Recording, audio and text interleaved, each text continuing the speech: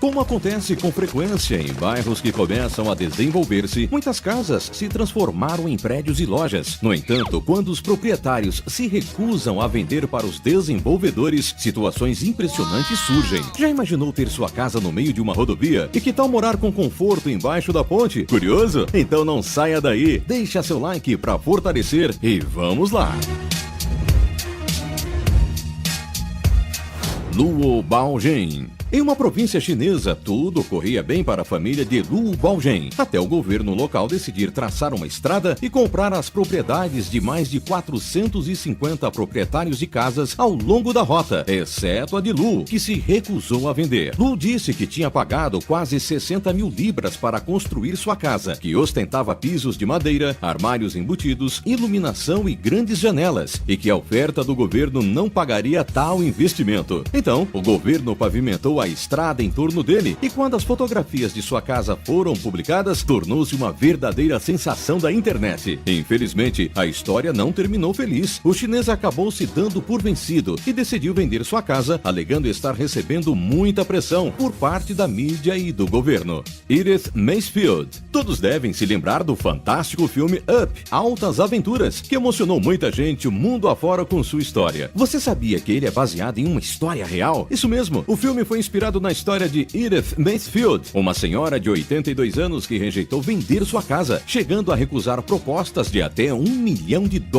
Todo esse apego tem explicação. Edith sempre morou nesta casa, em Seattle, desde que se mudou da Inglaterra para os Estados Unidos para cuidar da sua mãe, e por isso recusava prontamente as propostas milionárias de inúmeras empresas. Mas o progresso desenfreado não espera nem se comove, e uma das construtoras interessadas no imóvel começou a obra no terreno com a adaptação ao redor de sua casa, que ficou rodeada de um imenso prédio. E se no filme o Sr. Fredricksen conta com uma inesperada amizade com o garoto Russell, por incrível que pareça, na história real, Edith se tornou amiga do chefe da obra, Barry Martin. Ele a ajudava com medicações e até mesmo em compras do supermercado. E foi justamente Barry quem percebeu que sua amiga estava ficando doente e cuidou da mesma, que faleceu em 2008. Edith, em seu testamento, deixou sua casa a seu grande amigo Barry. Que história! Rodovia versus edifício. Como várias grandes metrópoles, Osaka, no Japão, sofre com o grave problema de espaço físico, e os japoneses utilizaram meios incomuns de unir o útil ao agradável quando fizeram o Hanshin Expressway, uma das principais rodovias do Japão, que passa por dentro de um edifício, o Gate Tower Building, de 16 andares, que possui 71,9 metros de altura. Isso sim é engenharia. Por incrível que pareça, a estrada não faz contato nenhum com o edifício, apesar de passar por dentro dele. Assim, não há incômodos de ruídos e vibrações por causa dos carros que passam entre a rodovia e o prédio. A rodovia ocupa o 5º ao 7º andar, e podemos dizer até mesmo que ela é o inquilino desses andares, já que ela paga aluguel. E não para por aí. No elevador do prédio, ele sobe ou desce, sem a possibilidade de parar por estes andares. Ou seja, do andar 4 ele vai diretamente para o 8 e vice-versa, tornando o edifício uma referência de engenharia no Japão.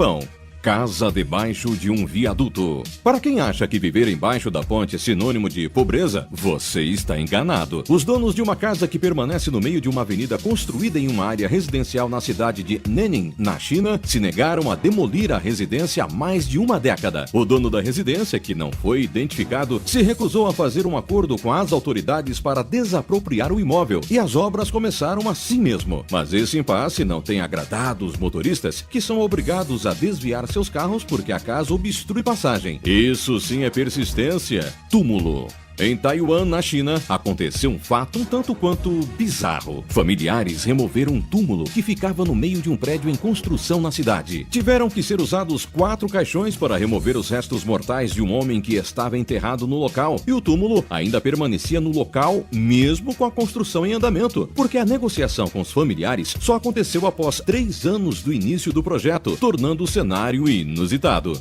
Casa pela metade. E que tal cortar sua casa ao meio? Impossível? Quem passa pelas ruas de Toronto, no Canadá, pode achar também estar diante de uma ilusão de ótica ou até mesmo de uma grande piada. Uma casa cortada pela metade que não só chama a atenção de todos, mas possui uma história um tanto quanto engraçada. A casa é a única sobrevivente de uma favela na região e era parte de 6 residências idênticas, construídas no final do século XIX, entre 1890 e 1893. Porém, ao longo das 5 décadas seguintes, vários investidores imobiliários foram comprando as casas para construir grandes ruas e prédios. E para isso, usavam estratégias um tanto quanto agressivas, como deixar pessoas batendo na porta o dia todo ou enviar até 300 cartas por ano. E mesmo com toda essa insistência, a família Valcos nunca quis vender sua casa e teve que presenciar seu imóvel ser cortado ao meio. Café Tchê Salah. Considerado pelos empresários como invencível, Salah Oldjani se recusa a vender a casa de café em que ele trabalha há 46 anos. Salah recusou a proposta, pois possui um imenso apego à sua propriedade, que é um edifício triangular e visual retrô de 2 andares, sendo o único restante no local. Tudo ao redor foi transformado em entulho e levado para aterros locais. As empresas tentaram de tudo para convencê-lo, como cortar seu telefone, gás, energia e até mesmo a coleta de lixo, mas ele não desiste e continua servindo canecas de cerveja e xícaras de café como se nada tivesse acontecido. Deixa seu like, se inscreva e ative as notificações. See you next time!